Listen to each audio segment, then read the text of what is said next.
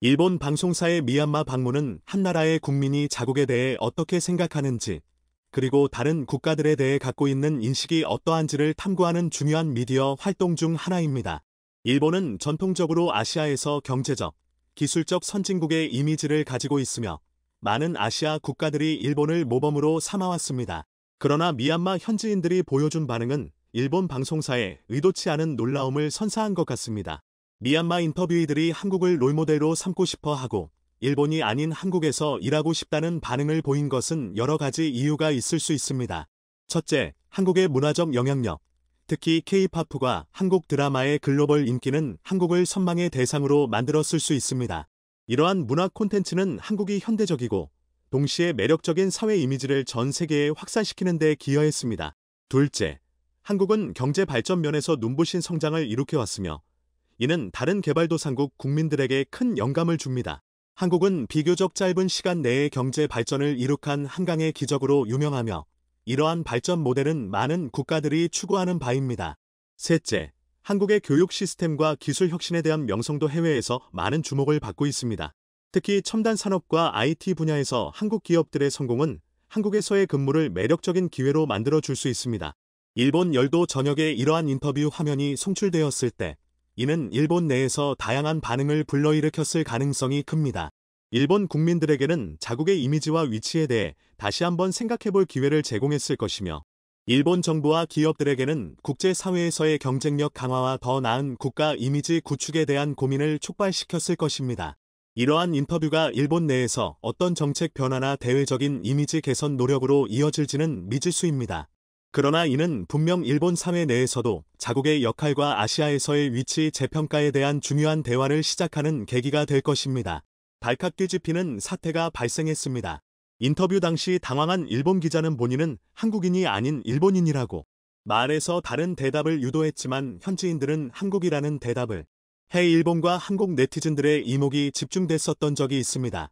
실제 미얀마 현지에서는 일본인들은 미얀마 사람들이 소득 수준 이 낮다며 약간 무시하는 경향이 있는 반면 한국은 왠지 모르게 친척과 같은 나라처럼 느껴진다는 인식이 널리 퍼져 있는 상황이며 일본과 한국에 방문한 미얀마 노동자들은 일본보다 한국이 기본 소득 수준이 훨씬 높을 뿐 아니라 인권과 노동자 보호 문화가 잘 발달해 있다.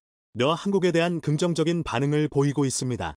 그만큼 일본과 한국 그리고 중국은 동남아시아에서 민심을 잡기 위해서 치열한 경쟁을 벌이고 있지만 미얀마에서만큼은 우리 대한민국 이 압도적인 사랑을 받고 있습니다.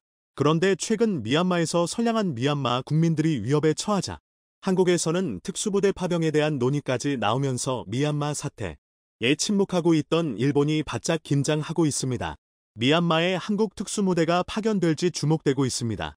미얀마에서 친순 군무 세력에 의해 시민들이 무차별 학살당하고 있는 와중에 지난 미얀마 총선에서 선출된 민선 의원들을 중심으로 연방 의회 대표위원회 즉 사실상의 임시정부가 구성되어 군부와 맞서고 있습니다.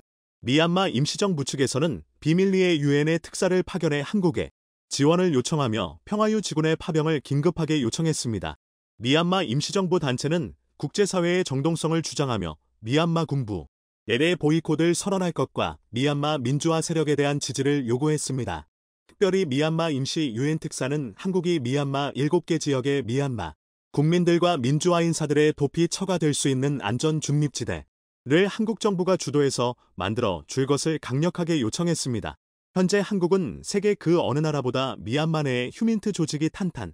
미얀마 도처에는 한국 기업들의 공장이나 기업 운영소가 운영 중이 고교민 수만 약 3,800여 명에 달하고 있는 상황입니다. 미얀마 유엔 특사의 요청대로 이러한 한인들의 기업소나 한인운영기관들을 중심으로 식량 지원, 의료물자 지원, 도피처 제공을 하게 된다면 미얀마 민주화 시민들에게는 큰 도움이 될 수 있을 것으로 분석되고 있습니다. 직접적인 특수부대의 파견은 유엔 안전보장이사 회의 러시아와 중국에 반대로 쉽지 않을 것으로 분석됩니다. 이 때문에 마국과 동맹국을 중심으로 한독자적인 특수부대의 파병 등이 가능할 것으로 분석되고 있는 상황인데요. 미국 네이비실과 한국 특수부대의 파견이 이뤄지게 될 경우에는 미얀마 자체가 제2의 베트남 전쟁이 현장으로 바뀔 수 있으므로 속전속 결로 핵심 쿠데타 인사들의 축출 작업이 이뤄질 것으로 분석됩니다. 최근 토니 블링컨 미 국무장관이 긴급하게 한국의 나라와 미얀마 군사 쿠데타에 대한 대응을 논의했습니다. 현재 한국이 가장 미얀마 민주화운동에 깊게 개입하고 있는 국가로 인식. 현재 대한민국에서는 미얀마 군부 세력을 보이콧하고 관계 중단을 선언한 상황이며 각종 시민단체들과 언론기관에서는 미얀마 민주화 운동의 공개 지지 선언을 하고 나서 고 있는 상황입니다. 모금 활동도 매우 활발해서 미얀마의 해너권 간죽에서는 대한민국 이 가장 밀접하게 미얀마 민주화 운동과 긴밀한 연결고리가 만들어 이에 미얀마인들은 SNS 등을 통해 한국 국민들의 갑사를 표하는 메시지와 해시태그 등이 공유되며 한국과 미얀마 민주화 세력 간의 긴밀한 연대가 만들어지고 있습니다. 이 때문에 현실적으로 한국 정부가 한 발 더 나아가서 미얀마 7개 주의 미얀마 민주화 인사의 도피처와 식량, 식수, 의약품을 지원할 수 있을 만한 시설을 제공해서 중립안전지대를 만들어 적극적 대응을 해야 한다는 목소리가 나옵니다. 현재 미국 정부는 그 어느 정부보다 대중국 견제 전략의 강경한 정부, 이녀 피봇 투 아시아로 불리는 미국의 아시아 회귀 전략을 가장 적극적으로 취할 정부로 분석되고 있습니다. 이 때문에 과거 트럼프 정권이 홍콩이 무기력하게 중국 공산당하에 넘어가도록 방치해버렸다면 이번 미국 정부에서는 미얀마 사태에 대해서 유엔 안보리의 의결 없이 미국 독자적인 특수부대가 투입하게 할 수 있고 군부 핵심 실세의 제거 민주화 인사 석방 등의 작전에 나설 수 있을 것으로 분석되고 있는 상황입니다. 실제 현재 미얀마에서는 민주화 세력을 중심으로 미얀마 독립군 단체가 미얀마 군부 쿠데타 세력과 교전 등을 벌이고 있는 것으로 파악되고 있습니다. 이 단체를 미국이 뒤에서 무기 지원을 해주고 있다는 분석은 충격을 주고 있는데요. 한국 특수부대 역시 큰 도움이 될 수 있을 것으로 분석됩니다. 그 이유는 미얀마 현지인과 생긴 게 비슷하고 기존의 미얀마 내에 깔려있는 휴민트들과 긴밀한 협조가 가능하기 때문입니다. 이에 앞서 한국 정부와 제-미얀마 한인단체에서는 미얀마인들을 보호할 수 있는 안전지대를 만들어 군부로부터 탄압받는 중립지대 조성에 힘써야 한다는 분석이 나옵니다. 이러한 시설 조성을 위해 한국 정부는 미얀마 내에 거점이 될 만한 기존 한인 운영시설을 그린존으로 선포하고 위성전화, 안전장비, 의약품, 식료품 등의 조달이 긴급하게 이루어지게 할 필요가 있고 비밀안전요원의 파견이 미얀마 내 7개 지역에 파견돼서 고문과 사살의 위협에 노출된 미얀마 민주화 인사들이 도피처로서 활용될 수 있도록 해야 한다는 의견이 나옵니다. 미얀마 군부 역시 한국은 주요 국가로서 이러한 그린존을 쉽게 공격하거나 위협하지 못할 것으로 분석됩니다. 자칫 한국에서 운영하는 시설을 타겟으로 위협적인 일이 발생하게 될 경우에는 국제적 군사 개입의 빌미를 마련하게 될 수 있는 상황이기 때문에 한국 정부 차원에서는 지금보다 더욱 적극적인 대응을 해야 할 것이라는 의견이 나옵니다. 현재 미얀마 쿠데타는 실패할 가능성이 높다는 분석이 나오고 있습니다. 그 이유는 미얀마의 사회 허리층을 구성하는 충산층들과 전문직들이 민주화 시위에 동참하면서 파업에 나섰고 일부 공무원들 역시 파업에 나서면서 사실상 국정 운영이 불가능한 상황이기 때문입니다. 하지만 많은 공장들이 문을 닫고 직장이 운영이 안 되면 이러한 파업도 오래갈 수 없을 것이라는 분석이 나오는 가운데 한국에서 보내오는 민주화 운동 지원성금이 미얀마 민주화 운동에 큰 도움이 될 것이라는 분석이 나옵니다. 현재 제한미얀마인 단체들은 세계 그 어느 지역에서보다 미얀마 민주화 운동에 깊은 도움을 주고 있습니다. 제한미얀마인들 가운데에는 80년대 미얀마 민주화 인사에서부터 한국에 유학과 결혼 이주를 해온 중산층들이 한국에 많이 거주하고 있는 상황입니다. 이들은 미얀마에 돌아가면 사회 중산층 이상의 계층으로 많은 영향력 지니고 있고 일부 한류 기반 소설 인플루언서들은 마치 연예인과 같이 미얀마 내에 영향력을 미치고 있습니다. 그들을 중심으로 미얀마 내 구호 성금 모금 활동과 민주화 국제 여론 조성 활동이 큰 성과를 이루면서 접차 미얀마 민주화의 밝은 빛이 비추어진다는 분석이 나옵니다. 이 때문에 많은 한국 국민들의 후원이 없으면 미얀마 내 파업을 주도한 전문직들이 다시 군부 세력에 엎드리게 될 수 있어 꾸준한 미얀마 지원 활동에 한국인들의 관심과 물질적 지원이 필요하다는 의견이 나옵니다. 미얀마는 한국과 동남아시아에서 가장 파트너십을 맺기 좋은 나라로 분석됩니다. 인구수가 5천만 명 수준으로 한국과 유사한 수준이며 문자의 구조나 언어 문법의 구조가 한국과 80%가량 일치해서 미얀마인들의 한국어 습득과 한국 문화 습득이 매우 쉬워 새로운 양국 간의 밀월 관계가 만들어질 수 있을 것으로 분석됩니다. 미얀마는 항일 독립운동의 시기 때 영국군과 한국 독립군이 미얀마 에서 항일 독립운동을 벌여 한국이 독립할 수 있는 국제적 명분이 만들어지게 된 땅입니다. 1943년제 2차 세계대전이 한창이던 시기 한국 광복군은 인도 주둔 영국군 요청에 따라 파병돼서 미국 영국 대만과의 합작으로 북부버마 탈 환작전에 직접 투입된 이력이 있습니다.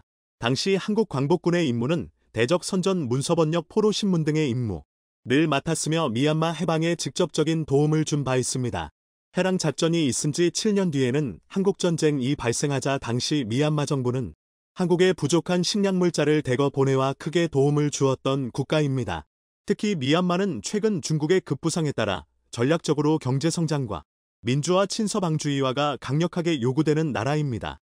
중국은 남중국해와 말라카 해협을 거치지 않는 해상 출구인 미얀마 늘 식민지화하길 원하고 있어 그들의 전략이 실현될 경우 영미권을 중심으로 한 서방사회에는 큰 타격이 될 수밖에 없는 상황입니다.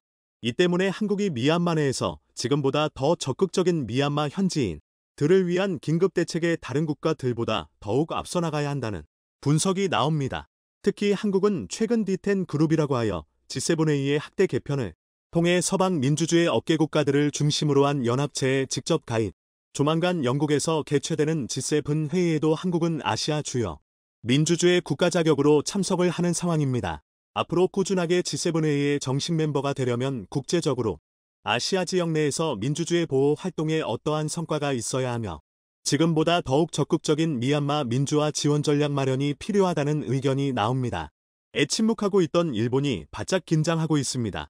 특히 최근에는 한국과 미얀마 양국의 언어가 문법이나 심지어는 문자, 시스템까지 유사점이 많이 발견되면서 한국에서는 미얀마 글자가 귀엽게 생겼다. 동글동글해서 귀엽게 생겨서 배워보고 싶다는 동해 젊은 층들의 반응이 나오고 있고 양국의 언어 시스템이 동일하다는 것이 널리 퍼지면서 미얀마에 대한 호감도가 폭증하고 있는 상황입니다. 특히 미얀마에 여행을 다녀왔던 여행자들의 대부분은 동남아시아의 다른 나라들과는 다르게 미얀마 사람들은 범죄율이 극히 낮을 뿐 아니라 매우 사람들이 양심적이고 도덕적이다는 의견이 나오고 있는데요. 이 때문에 미얀마가 민주화가 될 경우에는 미얀마의 경제성장률은 베트남이나 중국을 뛰어넘는 그런 수준이 될 것으로 분석되고 있습니다. 특히 미얀마는 인구가 다른 동남아시아 대비과하게 많지 않아서 경제 현대화가 이루어지게 될 경우에는 입지적 특성과 시민의식이 발달한 특성상 동남아시아에서 가장 발전된 중산층이 많은 국가가 될 수 있을 것으로 보고되고 있는데요. 이러한 상황 속에서 한국이 미얀마와 우호적인 관계를 맺게 될 경우에는 중국을 앞뒤에서 압박할 수 있는 전략적 동맹관계가 형성될 수 있을 것이라는 분석이 나옵니다. 이는 과거 당나라를 앞뒤에서 포위압박해서 삼국통일을 이뤄냈던 신라 토번동맹과 같은 구도가 다시금 만들어질 수 있을 것으로 불타는 중국 초소들 미얀마 중국 국경지대에 있는 초소들이 습격을 당했습니다. 사상자가 발생하는 등 중국 정부는 갑작스러운 공격에 당황했다고 하는데요. 알고 보니 탄압에 신음하던 소수민족 와족이 독립운동에 나서며 중국의 반란을 일으킨 것이라고 합니다. 단단히 무장한 이들은 중국을 공격하며 자유를 위해 분연히 일어났는데요. 한동안 조용했던 미얀마 중국 국경에서 대체 무슨 일이 일어났으며 와족이 대체 어떤 소수민족인지에 대해 지금부터 자세하게 설명해 드리겠습니다. 잠시 초소에 내려와 쉬던 군인은 무언가 이상한 움직임을 발견합니다. 야생동물의 움직임이라고 보기에는 너무나도 다른 움직임이었죠. 즉각 자세를 고쳐 잡은 남자는 초소로 급하게 올라갔습니다. 이미 초소 안에서는 움직임을 주시하고 있었죠. 그의 선임은 이미 무전을 통해 움직임을 상부에 보고했습니다. 그와 동시에 초소 근처로 무언가가 움직이기 시작했습니다. 이윽고 큰 소리와 함께 초소 한쪽이 무너졌습니다. 길을 이어 초소로 번진 화염은 삽시간에 초소 전체를 집어 삼켰죠. 인화성 물질을 이용해 빠르게 초소에 불을 붙인 이들은 금세 모습을 숙이고 다른 초소로 이동했습니다. 중국과 미얀마 국경지대에서 벌어진 초소 습격은 예상치도 못한 시간과 예상하지 않은 인원들로 인해 큰 타격을 입게 되었습니다. 초소 세체가 전소되는 한편 이를 지키고 있던 인민해방군 병사들은 다치거나 사망하는 일이 벌어졌죠. 팡상 팽셴 지역에서 벌어진 이 일이 알려지면서 많은 이들은 충격에 휩싸였습니다. 그동안 중국 인민해방군과 미얀마 군 사이에 어떠한 충돌도 없었고 분쟁이 일어날 조짐이 없었기에 이번 습격은 이례적이라는 평가가 나왔는데요. 중국 현지 언론들은 이번 소식을 전하면서 습격의 주동자로 현재 미얀마 정부를 장악하고 있는 미얀마 군부 세력이 아닌 별개의 세력이 개입했다는 정황을 확보했다고 보도하며 습격의 배후로 와족 연합군 UWSA 이 뒤에 있다는 소식을 보도했습니다. 미얀마와 중국 운남성 일대를 중심으로 터전을 잡은 이들 와족은 소수민족들로 상당한 군사력을 갖추고 있는 것은 물론 이 지역에서 부를 축적해 중국 정부와 미얀마 정부를 위협할 정도의 세력을 구축한 민족입니다. 이들이 운영하고 있는 와족 연합군의 규모는 상당한데요. 대략적으로 이들이 보유하고 있는 상비군은 대략 1만 명에 달하며 예비군 병력도 보유하고 있어 총동원을 하면 3만 명에 해당하는 군사력을 갖춘 곳입니다. 게다가 갖춘 무기들도 범상치 않은데요. UWSA 소속 육군은 기본적으로 준포와 장갑차로 무장해 있으며 공군을 별도로 두고 있어 미-17 헬리콥터와 HN-5N 지대공 미사일 등 한 국가의 군대라고 해도 과언이 아닐 만큼 상당한 화력을 갖추고 있습니다. 게다가 공격용 드론 부대도 갖추고 있고 이를 뒷받침할 기기와 지원 병력도 갖추고 있는 것이 최근 확인되면서 이들 와족의 무장 수준은 미얀마와 중국을 위협할 정도가 되었죠. 심지어 이들 와족 연합군은 전투 경험도 갖춘 이들입니다. 민족 독립을 위해 1980년대부터 미얀마 군부와 전투를 벌인 이들 와족 연합군은 풍부한 산악지대 경험을 갖추고 있고 지금까지도 미얀마 정부와 대립할 정도로 군사적인 역량을 갖춘 곳입니다. 이들 와족은 최근까지도 미얀마 정부를 향해 칼을 겨누었지만 이제 이 칼을 중국에 겨눈 것인데요. 중국군 초소를 공격한 것은 본격적으로 와족 연합군이 중국의 약한 부분을 공략할 준비가 되었다는 의미입니다. 이들 와족 연합군과 맞닿아 있는 중국의 남부정군은 74집단군과 75집단군으로 이루어진 병력이 상주하고 있는데요. 이 남부정부에 위치한 병력들은 중국 전체 병력들 중 가장 취약한 병력에 속합니다. 남부정부가 위치한 지역은 중국 정부의 관할이 미치지 않은 곳이며 소수민족의 입김이 더 강력하기 때문에 인민의 반군을 많이 배치하는 것이 힘들 뿐만 아니라 이곳에는 반란 세력도 별로 없었기에 중국 정부가 따로 병력을 파견할 필요성을 느끼지 못한 곳입니다. 게다가 최근 대만 문제로 인해 74, 75 집단군 병력을 대만 쪽으로 이동하면서 병력의 공백이 발생했고 남부정부에 대해 감시가 소홀했던 것이 겹치면서 이러한 초소, 전소 사태가 벌어질 수 있었던 것입니다. 그렇지만 너무나도 갑작스러운 와족의 태도 변화는 중국을 당황하게 만들었는데요. 사실 와족이 태도를 바꾼 것에는 이유가 있다고 합니다. 와족은 본디 중국과 미얀마 인근에서 거주하던 인종으로 독특한 풍습을 지키고 있는 소수민족으로 유명했습니다. 소위 말해 엽두 풍속을 지니고 있는 종족으로 중국 내에서도 평판이 좋지 않았던 종족이었죠. 엽도 풍속이란 동물의 머리뼈를 마을 입구나 집 문 어구 곳곳에 걸어두는 행위를 가리키는데요.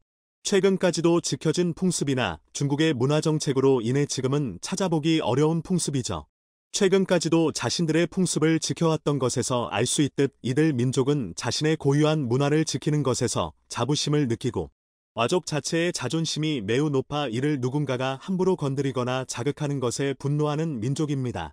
그래서 미얀마와 중국 정부에 복속하는 데 있어 저항이 심했다고 하는데요.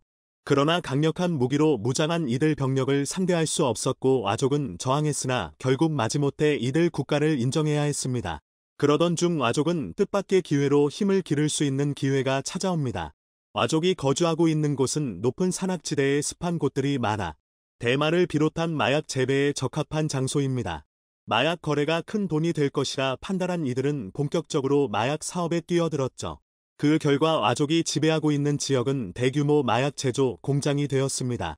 특히 이곳에서 생산된 마약 순도가 높은 것으로 알려졌고 과거 골든 트라이앵글이라는 이름으로 이곳은 명성을 떨쳤습니다. 한때는 미국을 비롯한 선진국으로 유입되는 마약의 80%가 와족이 지배하는 곳에서 재배한 마약들이라는 말이 있을 정도로 전성기를 누렸고 이 부를 이용해 와족은 무장을 갖추기 시작합니다. 당시 중국 인민의 반군이 소수민족들을 무장시키기 위해 뿌려둔 무기들을 와족은 몰래 모으기 시작했고 중국 정부도 미얀마를 비롯한 국경지대 국가를 견제하기 위해 와족의 무장을 묵인하면서 와족은 급격하게 세를 불릴 수 있었습니다. 그 결과 지금의 와족 연합군이 탄생할 수 있었고 강력한 상비군을 둔 소수민족으로 거듭날 수 있었습니다. 와족은 이후 미얀마 정부군과 싸우면서 자치권을 얻어내는 성과를 거두기도 했죠. 와족 입장에서는 중국은 무기를 공급해준 중요한 국가였고 자치권을 확보하는 데 도움을 준 국가였지만 한편으로는 독립을 방해하는 국가라는 포지션이었습니다. 애매한 위치에서 아족과 중국은 비즈니스 협력 관계를 이어갔습니다. 그러나 이러한 흐름이 바뀌기 시작한 것은 바로 중국의 소수민족 차별 정책과 미얀마의 군사 독재 반란이 동시에 일어난 때입니다. 미얀마 정치가 혼란해지면서 소수민족 감시가 둔해졌고 중국도 대만에 집중하면서 아족이 지배하는 국경지대에 신경을 덜 쓰기 시작하면서 아족 독립의 기반이 갖춰진 것이죠. 그렇기에 와족은 기회를 틈타 중국을 공략할 수 있게 된 것입니다. 와족은 연합군 소속 주요 보직 인원을 교체하면서 온건파였던 이들이 강경파로 교체되었다는 사실을 알렸습니다. 자치로 만족하던 이들이 아닌 독립을 원하는 이들로 주요 인사들이 자리를 바꾸게 되면서 독립 움직임은 더욱 활발해졌죠. 14명에서 15명에 이르는 이들이 교체됨과 동시에 와족은 그동안 아웅산 수치 여사를 감금한 반란군 정부에 대해 적대적인 자세로 태도를 바꾸었습니다. 내란이 일어나는 동안 중립 자세를 취하며 사태에 뛰어들지 않았던 이들이 본격적으로 아웅산 수치 여사를 지지하며 반란군 타도에 뛰어든 것이죠. 실제로 이들은 주변 소수민족들에게 무기를 지급하는가 하면 아족 교관을 파견, 군사 훈련을 실시하는 모습을 보였습니다. 와족에서 자체적으로 생산한 소총도 선물하면서 본격적으로 미얀마 반란군을 향한 총부리를 겨누었습니다. 놀란 미얀마 반란군은 와족을 상대로 협상에 들어갔지만 와족은 이를 거부하며 민주주의 세력을 지지했습니다. 미얀마 정국이 계속 불안해져 자신들의 독립에 간섭하지 않도록 하는 것이 목적입니다. 중국 지역을 공격한 것은 자신들의 존재감을 드러냄과 동시에 중국이 와족에 개입하지 않기를 바라는 메시지였죠. 그러나 중국은 와족 독립을 절대 승인할 수 없었습니다. 하나의 중국을 지지하는 입장에서 아족 독립의 승인은 곧 중국의 해체를 의미하기 때문이죠. 중국은 즉시 동부정부로 빼돌린 병력을 다시 돌렸습니다. 남부정부의 병력을 다시 윈난성으로 돌려놓는 한편 동부정부 병력 일부까지도 남부정부로 옮기는 움직임을 보였습니다. 신화망을 통해 쿤밍시 인근에 중국 육군 부대가 집결했다는 소문이 퍼지면서 중국이 보복을 준비 중이라는 소식이 알려진 만큼 와족은 힘든 싸움을 준비해야 하는 상황. 그러나 중국 입장에선 아족 제압은 쉬운 일이 아닙니다. 잘 갖춰진 아족 부대를 잡기 위해서는 상당한 희생을 감수해야 하고 이는 대만 문제에 힘을 쏟을 수 없다는 것을 의미하기 때문이죠. 자칫 잘못하면 아족에서 시작된 반발 움직임이 신장 위구르와 다른 소수민족으로 번질 수 있어 신속한 제압이 중국 정부에서는 반드시 필요합니다. 시간도 중국의 편이 아닐 뿐더러 와족에게 유리한 지형인 미얀마 일대까지 중국이 침범해야 하는 상황, 국제 문제로 번질 수 있기에 중국은 골치 아픈 처지에 놓이게 되었습니다.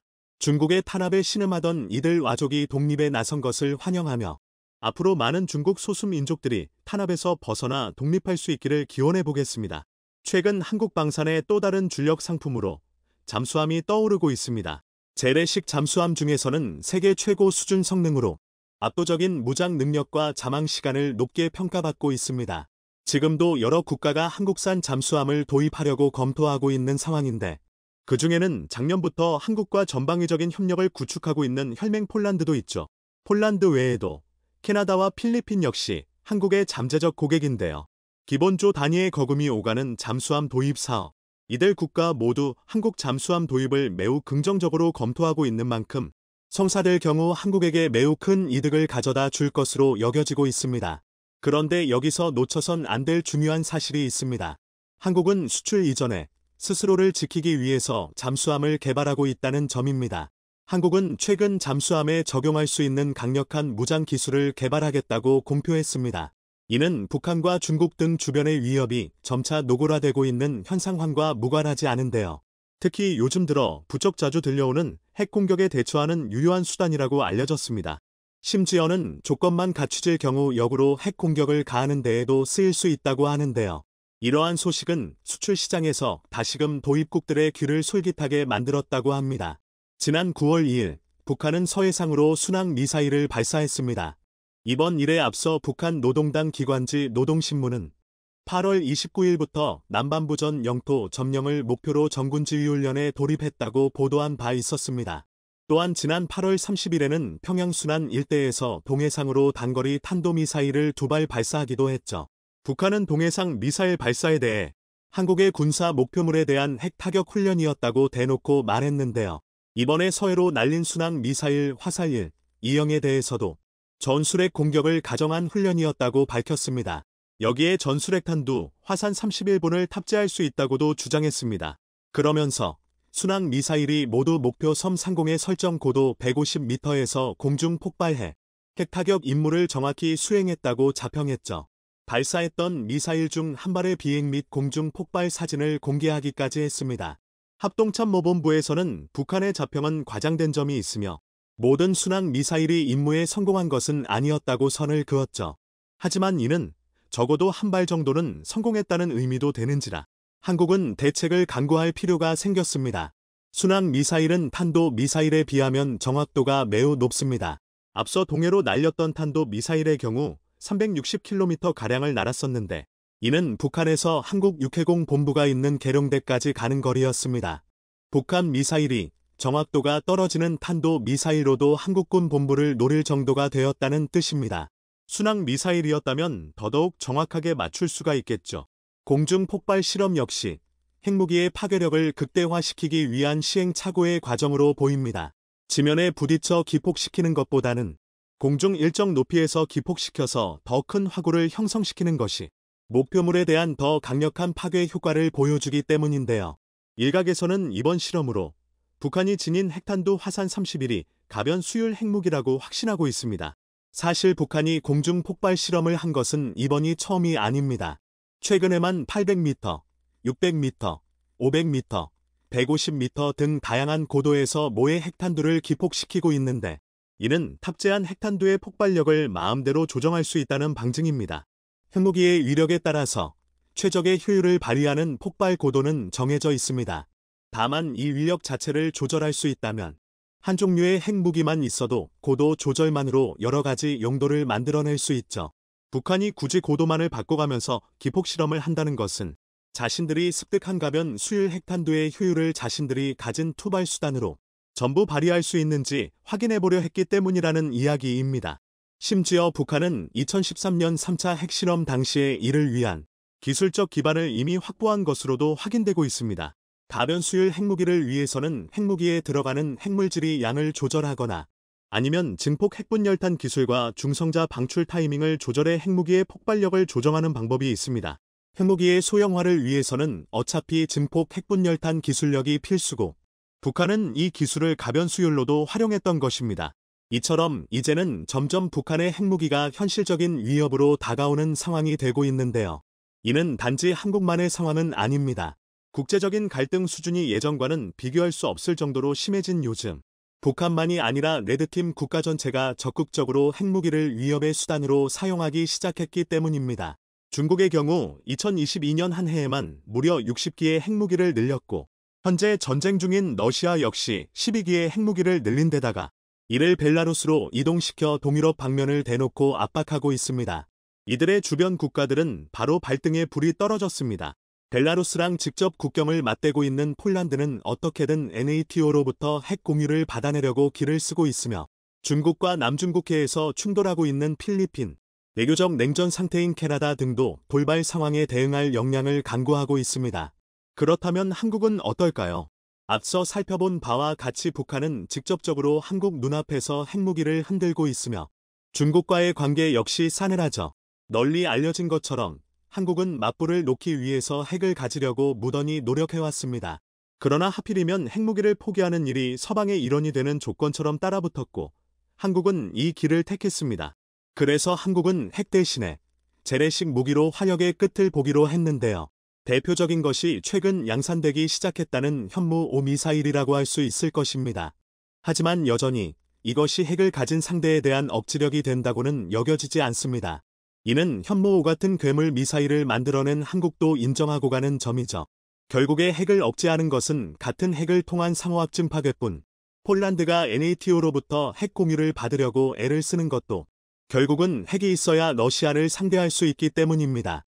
캐나다도 NATO의 핵 공유라는 믿는 구석이 있는 데다 여차하면 핵을 개발할 수 있는 잠재력이 높다고 평가받기 때문에 중국과의 힘싸움이 어느 정도 성립하고 있는 것이죠. 한국도 아마 유사시가 되면 국제적 체면 따위 집어던지고 핵무기를 만들게 될 것입니다. 기술은 이미 충분합니다. 그럴 마음만 먹으면 한 달만 해도 만들 수 있다고 하죠. 이렇게 잠재적으로 핵무기를 운용할 가능성이 있는 나라들에 있어서는 이제 핵무기에도 호환되는 투발 수단의 확보가 중요합니다. 핵무기가 제 아무리 강력하다고 한들 적국 본토 머리 위에 떨어뜨리는 일까지 쉬워지지는 않습니다. 비단 핵 공습만이 아니라도 어지간한 군사력을 갖춘 국가라면 주요 요충지마다 공습에 대한 대비를 해놓기 마련이기 때문입니다. 여기서 매우 각광받는 핵투발 방식 중 하나가 바로 잠수함으로 발사하는 SLBM입니다. 공습에 대해 가장 유효한 방어책 중 한 가지가 바로 공격 원점을 감시하는 것입니다. 하지만 잠수함이 공격 원점이라면 도무지 어디에서부터 미사일이 날아드는지 알 도리가 없습니다. 이게 잠수함만이 가지는 강력한 비대칭성이죠. 한국은 핵무기가 없는데도 이런 비대칭 전력으로서의 특징을 눈여겨보고 오래전부터 잠수함 전력을 갈고 닦아왔습니다. 선제 타격을 장담할 수만 있다면 잠수함의 존재만으로도 핵무기 사용을 어느 정도는 억제할 수 있기 때문입니다. 이런 효용을 극대화하기 위해 한국이 만드는 잠수함은 여러 가지 측면에서 매우 선구적인 성능을 갖추고 있습니다. 특히 자망 시간과 무장 능력에 대해서는 재래식 잠수함으로서는 세계 최고 수준이라고 할 수 있죠. 잠수함에 장착하는 수직 발사 체계 VAS의 수량과 성능은 감히 따라올 상대가 없습니다. 최근에는 거기 들어가는 SLBM 역시 신형으로 개발하기 시작했습니다. 국방과학연구소 ADD는 얼마 전 몇 장의 문서를 공개했는데 여기에는 정체는 알 수 없으나 엄청나게 굵고 거대한 모의 발사체를 수중 발사하는 플랫폼의 개발 계획이 담겨 있었습니다. 2026년까지 발사 시험을 완료할 계획으로 비교적 빠른 속도로 개발되고 있는 사업인데요. 모의 발사체라고 뭉뚱그려진 발사체의 형태가 어쩐지 익숙한 모습이라 큰 화제가 되었습니다. 2013년 배치된 러시아의 신형 전략핵 SLBM인 RSM-56 불라바와 2014년 공개된 미국의 전략핵 SLBM 트라이던트 2분입니다. 두 미사일 모두 현재 각국 해군의 중추적인 핵투발 수단으로 군림하고 있는데요. ADD 문서에서 확인할 수 있는 부분만 해도 굵은 원통형의 발사체, 골드런치 시스템 등 공동점이 확실해서 이를 보는 모두가 머릿속에 핵이라는 한 단어를 떠올릴 수밖에 없었죠. 심지어 불라바와 트라이던트 2는 둘 다 MIRV 방식의 SLBM입니다. 다탄두 탄도 미사일을 뜻하는 MIRV는 한 개가 아닌 여러 개의 탄두를 싣고 날아가서 대기권 밖에서 탄두를 분리시킵니다. 그러면 각각의 탄두가 개별적인 목표물을 향해 날아가서 단 한 번의 발사로 수십 발의 핵무기를 날린 것과 같은 효과를 누릴 수 있습니다. 즉 이런 미사일의 형태 자체가 MIRV로 운용하는 것을 전제로 설계된 형상이라는 것인데요.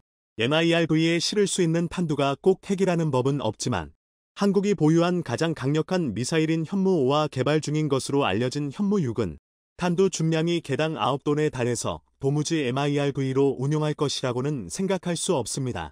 그렇다고 그냥 일반적인 탄두를 싣는 것도 단순한 장거리 미사일이나 항공전력을 투사해서 사용할 수 있는 다른 선택지들에 비하면 효용성과 경제성이 낮다고 볼 수 없죠. 그렇다면 한국이 도대체 왜 이런 형상의 미사일을 만들었느냐고 생각하게 되는데요. 어쩌면 한국이 유사시에 언제라도 사용할 수 있는 핵투발 수단을 갖추기 위해서라는 게 답이 될 수도 있습니다. 당장에 핵탄두가 없어도 궁지에 몰리면 뚝딱 만들어서 잠수함에 실어 보내겠다는 것이죠. 그러면 이런 한국의 잠수함을 폴란드와 캐나다가 그토록 원하는 것도 이해가 됩니다. 둘 다 러시아와 중국으로부터 핵무기에 대한 위협을 받는 상태인데 NATO의 회원국인 만큼 상황이 극단으로 치닫게 되면 핵무기들 공유받아 사용해야 할 수도 있기 때문입니다. 이 경우 선택할 수 있는 투발 수단이 많을수록 좋으므로 비슷하게 핵 위협에 상시 노출되어 있는 상황에서 핵투발 수단을 하나 둘 모으고 있는 한국에게 힘을 빌리는 것이 현명한 선택인 것입니다. 이처럼 한국은 핵탄두만을 제외하고 모든 수단을 갖춘 만반의 상태를 목표로 한 걸음 한 걸음 나아가고 있습니다. 그리고 이런 철저한 준비성은 다른 나라들이 배워가려는 귀감이 되고 있기도 하죠. 언젠가 한국이 마지막 퍼즐 조각인 핵탄두를 손에 쥐게 될지는 알 수 없지만 이 선택이 당장 한국에게 이득이 되고 있음은 틀림없어 보입니다. 2023년 대한민국 역대 최대 사업이 마침내 시작되었습니다. 지금까지의 10년을 KF-21이 책임져 왔다면 앞으로는 이 사업이 대한민국 국방력의 혁신을 일으킬 것입니다. KF-21이 전 세계 방산 시장과 군사력 판도에서 대한민국의 위상을 한 단계 상승시켰듯 이 사업의 결과물은 우리 군의 전략 수준을 한 차원 높은 곳으로 이끌 텐데요. 바로 대한민국의 중형 항공모함입니다. 이번 마덱스 2023에서 한국형 항공모함 등침 10X는 중형으로 형상이 결정된 이후 처음으로 함형이 공개되었는데요. 가장 논란이 많았던 스키점프대를 폐지했고 함재기도 F-35B가 아닌 KF-21N 마리논을 탑재한 모습이었습니다. 전 세계 방산 시장과 군사 관계자들을 대상으로 대한민국 해군의 미래 전력을 공개하는 자리인 마덱스의 특성상 대부분 마덱스에서 공개된 함형을 그대로 따르는 경우가 많은데요. 가깝게는 기동함대의 핵심이 될 정조대왕함, 차기 호위함 FFX 배치 3충남함부터 KDDX까지 모두 마덱스에서 먼저 함형과 구조를 공개했었습니다. 그래서 준비했습니다. 오늘은 대한민국이 보유하게 될 중형 항공모함이 도대체 어떤 모습인지 속 시원히 알려드리겠습니다. 직립형에서 전동적인 경사, 구상 선수형으로 바뀐 선수부, 스키점프대 대신 설치된 캐터펄트와 어레스팀 와이어, 전형적인 항공모함의 함형을 따르는 항공데크 등 한국형 중형항모는 많은 것이 바뀌었습니다. 하지만 그 중에서도 역시 가장 눈에 띄는 건 규모인데요. 이번 마덱스 2023에서 공개된 한국형 항공모함 CVX는 4만 톤급, 명실상부한 중형 항공모함의 전형적인 모습이었습니다. 흔히 항공모함을 배수량으로 구분할 때 2터부터 3만 톤급을 경항모, 4터부터 7만 톤을 중형항모, 그 이상을 대형항모 또는 슈퍼캐리어라고 부르는데요. 아마 이렇게만 말씀드리면 4만 톤급인 CVX를 보고 간신히 중형항모의 턱걸이한 수준이네라며 탐탁지 않게 여기실 겁니다. 확실히 질적 성능이 동급이라면 함정의 크기는 크면 클수록 좋습니다. 더군다나 항공모함의 경우 배수량이 클수록 소티와 함재기 탑재량을 더 많이 가져갈 수 있습니다. 이를 감안하면 4만 톤이라는 규모는 너무 작아 보이는데요. 더군다나 서해 내외화를 노리는 중국은 지금 당장만 3척, 장기적으로 5척의 항공모함을 보유할 예정입니다. 깜스럽지만 물량 확보의 한계가 뚜렷한 대한민국의 항공모함이 중국을 상대로 우위를 점하려면 우수한 성능의 함재기와 다량의 소티로 승부를 볼 수밖에 없습니다. 그런데 사실 이건 대한민국 해군의 씁쓸한 버릇 때문에 생긴 오해입니다. 흔히들 대한민국의 지정학적 위치들 보고 저주받았다라고 표현하는데요. 그도 그럴 게 위로는 북한, 중국, 러시아로 이어지는 깡패국가 트리오가 대한민국을 못 잡아먹어서 안달이고 아래에는 대륙 진출을 노리는 일본이 호시탐탐 한반도를 노리고 있으니 당연한 얘기입니다. 오죽하면 대한민국이 주권을 유지하고 있는 것 자체가 역사의 미스터리라고 주장하는 학자들도 있을 정도인데요. 상황이 이렇다 보니 대한민국은 전차 하나 개발하는 것, 전투기 하나 도입하는 것까지 일일이 주변국들의 견제와 간섭을 받아야 했습니다. 그리고 이 중에서도 특히 대외 투사력이 강력한 해상 전력은 북한, 중국, 일본 너나 할 것 없이 입에 개거품을 물며 반대했는데요. 그렇다 보니 우리 해군에서는 신형 함정을 도입할 때마다 최대한 규모가 작아 보이기 위해 경하 배수량을 발표하는 경향이 있습니다. 내려 분쟁을 먹재하기 위해서인데요. 대부분의 나라가 자신들의 전력을 과시하기 위해서 크게는 수만 톤까지 차이가 나는 만재 배수량을 발표하고 심지어 그마저도 부풀려 선전하는 것과 정반대입니다. 그리고 이런 경향은 항공모함에서도 고스란히 드러나는데요. 이번에 공개된 CVX의 서류상 배수량은 앞서 말씀드린 대로 고작 4만 톤이 있지만 다수의 KF-21N, E-2D, 마리논을 모두 운용할 수 있다는 것과 2개의 캐터펄트, 함재기를 수송하는 2개의 엘리베이터 등을 고려했을 때 만재 배수량은 최소 7만 톤 이상일 것으로 추측됩니다. 그것도 슈퍼캐리어 직전에 7만 5천 터부터 7만 8천 톤급은 될 것으로 보이는데요. 여건이 허락하는 한 최대 규모로 항공모함을 건조하면서도 어찌되었든 슈퍼캐리어는 아니지 않느냐는 식의 돌파구를 마련하기 위함입니다. 실제로 전문가들은 대한민국의 CVX가 프랑스에서 추진했던 만재 배수량 7만 5천 톤의 중형 항공모함 PAE와 굉장히 유사한 형태일 것이라고 분석하고 있습니다. 공개된 설계안에 따르면 PAE는 층장 283m, 만재 배수량 7만 5천 톤급의 중형 항공모함으로 캐터펄트 이함과 어레스팅 와이어를 이용한 착함, 다시 말해 CATOBAR 방식의 항공모함이었습니다. 또한 공동 개발을 계획 중이던 영국의 퀸 엘리자베스급 항공모함과 마찬가지로 전방의 항해용 함교들, 후방의 항공관제용 함교를 따로 두고 있습니다.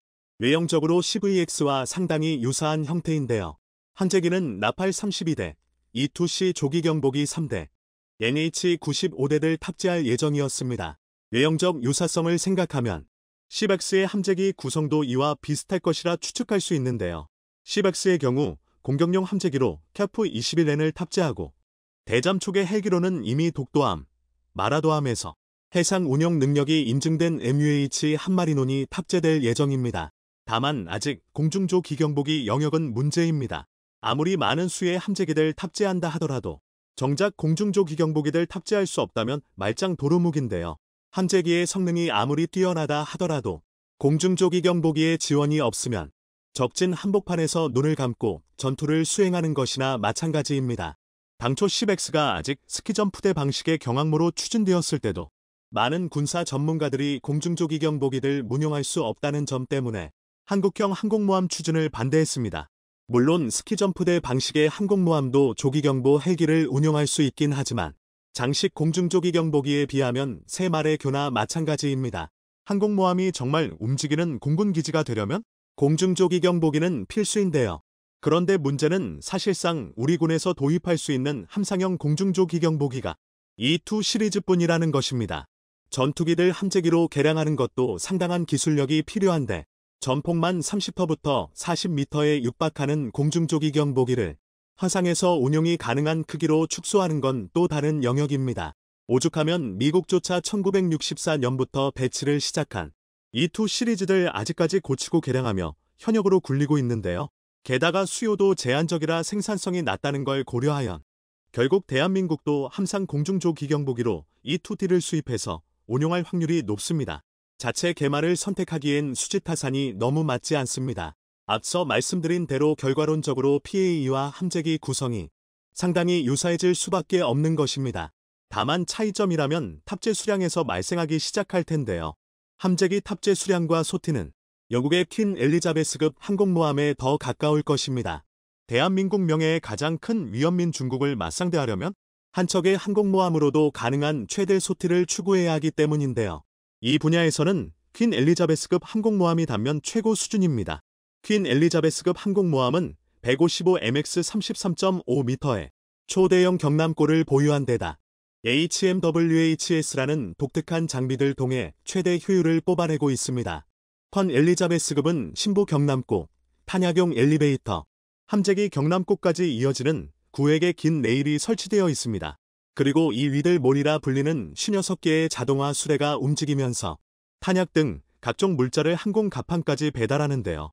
이 덕에 승무원들이 탄약을 직접 움직일 필요가 없다 보니 신속한 화기 관리와 취급이 가능하고 덩달아 함재기 전체 소티까지 늘어나게 되었습니다.